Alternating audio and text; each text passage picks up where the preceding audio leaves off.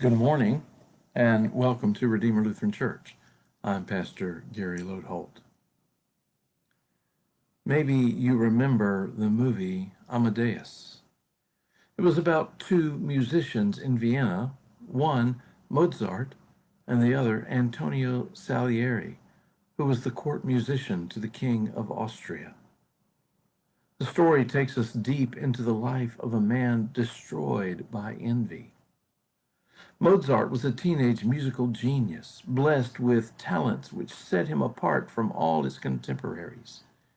His virtuosity on the harpsichord was dazzling. His music was complex, moving, exciting, and reflected his total mastery of virtually all forms of composition.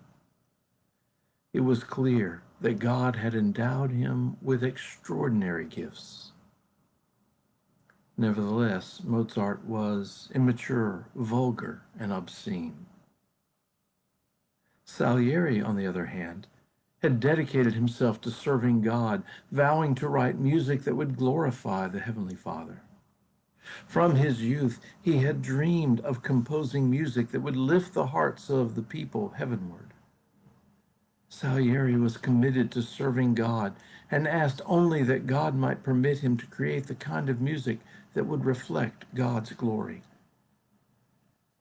However, God had not endowed Salieri with such gifts. He was able to write pleasant tunes, but not masterpieces. He could compose music which would entertain its hearers, but never immortalize its composer.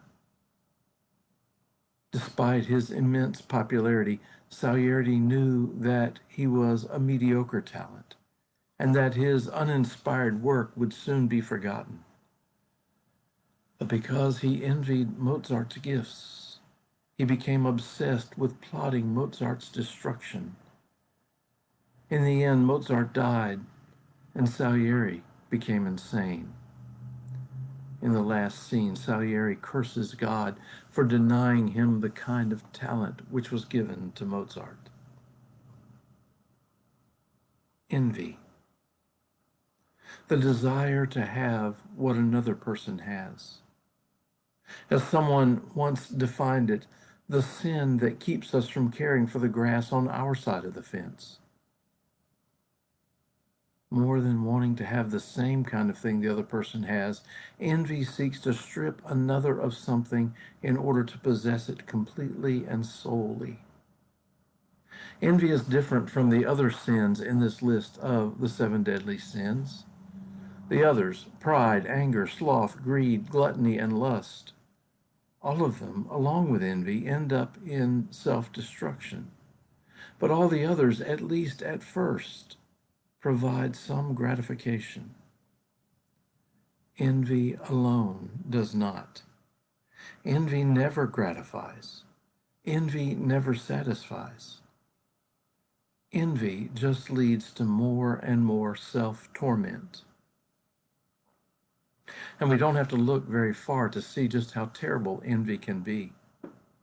In fact, we only have to look at our newspapers where we find stories like the one a couple of years ago when the mother of a teenage girl hired a hitman to kill the mother of a teenage rival for a position on the cheerleading squad.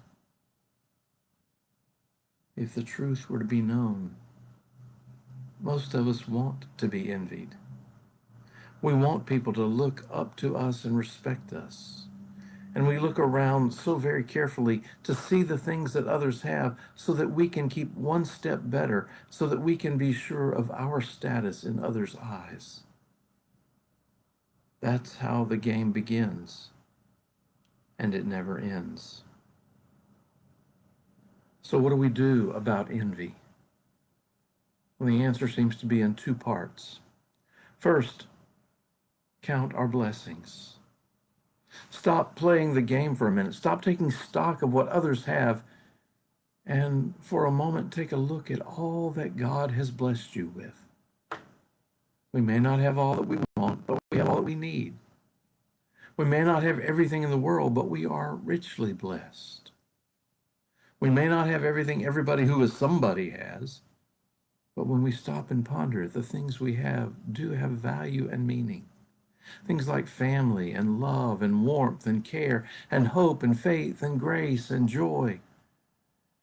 Those things can't be bought and sold. Count your blessings. It's the first step out of envy. The second step is to dedicate yourself not to getting, but to giving.